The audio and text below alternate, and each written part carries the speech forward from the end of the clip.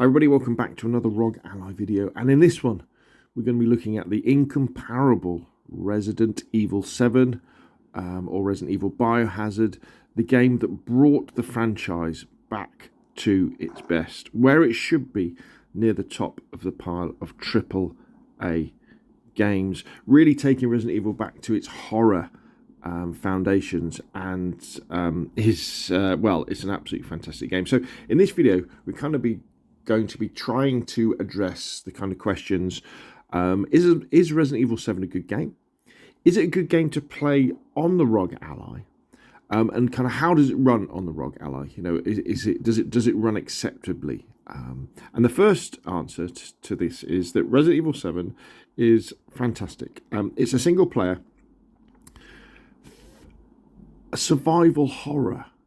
And maybe if you've first played Resident Evil Village or Resident Evil 4 Remake, what this means is that there's a lot more emphasis on preserving ammo and health and exploration in this particular game. You know, going backwards and forwards around these amazing locations where you are.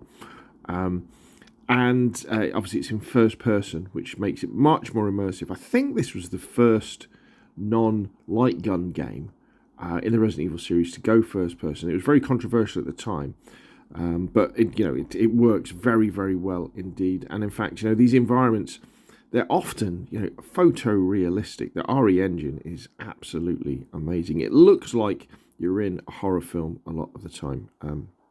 And it's all very, very impressive indeed. So this is a great game to play. Now, if you're wondering why I'm just really at the beginning of the game here, is because I played through this on PlayStation 4 all the way through. First, quite a lot of chunk of it with my PSVR headset, and then just in normal flat mode.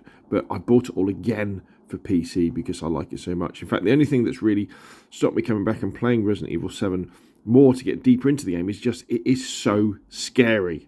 It really is. Even just wandering around these amazingly rendered environments is pretty terrifying with the amazing ambient noise. And of course, the ROG Ally has these brilliant speakers. It has this almost like 3D system that makes things sound so good. So Resident Evil 7, Resident Evil Biohazard, definitely worth buying in general and playing, and it's definitely worth playing on the ROG Ally because Capcom, the devs behind this, they make these games primarily for console. So of course they have excellent gamepad support, which you need for portable machines like the ROG Ally. So the next thing is, does it run well? Now, this is the non-extreme version of the Ally we have here. So what I do to get this working better, instead of running at 1080p as you'll be able to do if you've got a Z1 Extreme, I run it at 720p 60 Hz, and I lock it to 60 Hz. And what I found is that, especially in the handheld mode, the performance is, well, it's excellent most of the time. And I think it's important in these videos that I do about these handheld devices that I do run it in sort of normal 15 watt mode, so similar to the Steam Deck running at 15 watts. I don't have any sort of boosts on or anything like that, so that we're getting a reasonable battery life out of this. And also that there is a strong argument that when you're running at 15 watts TDP, the non-extreme version of the ROG Ally isn't as far behind as the extreme version as it would be if it was plugged in. Because if it's not plugged in, the Z1 Extreme doesn't have all that power that it can use in order to kind of stretch its legs and really show its difference, when it's kind of limited to 15 watts TDP. And remember, if you're saying, well, wait a minute, it says 22 watts at the top of the screen. Well, yeah, just because it's 15 watts TDP, that's just like a generalization about the power that it's using. It will, in fact, pull more as it is going along. We're getting 60 frames a second. You can see there, we're getting some drops. Now, the ROG Ally, it is a Windows 11 PC. And so it's definitely not as smooth as something like the Steam Deck, and it suffers more from, frame drops. But for me, this is more than acceptable.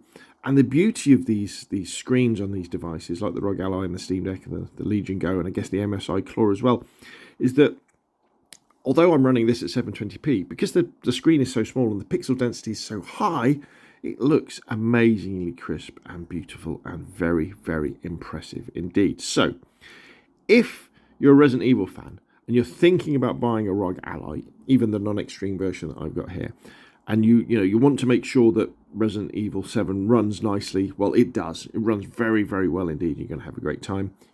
Pull the trigger, go for it. You're going to enjoy yourself. If you've already got a ROG Ally, whether it be the extreme or the non-extreme version like I've got here, then and you're thinking about, should I buy Resident Evil 7 as a game to play? Oh, absolutely you should. And you pick it up cheap when it's in the Steam sale or from a key site, and you're going to have an absolute terrifying blast with it. Just remember, it's quite a slow game, and I would say soak up the atmosphere. Soak up the atmosphere, and you will definitely enjoy yourself an awful lot. Anyway, that's enough for me. What do you think? Put your questions and comments down below. If you enjoyed the video, hit like. If you want to see more of the same, press subscribe. And of course, I'll definitely see you again soon.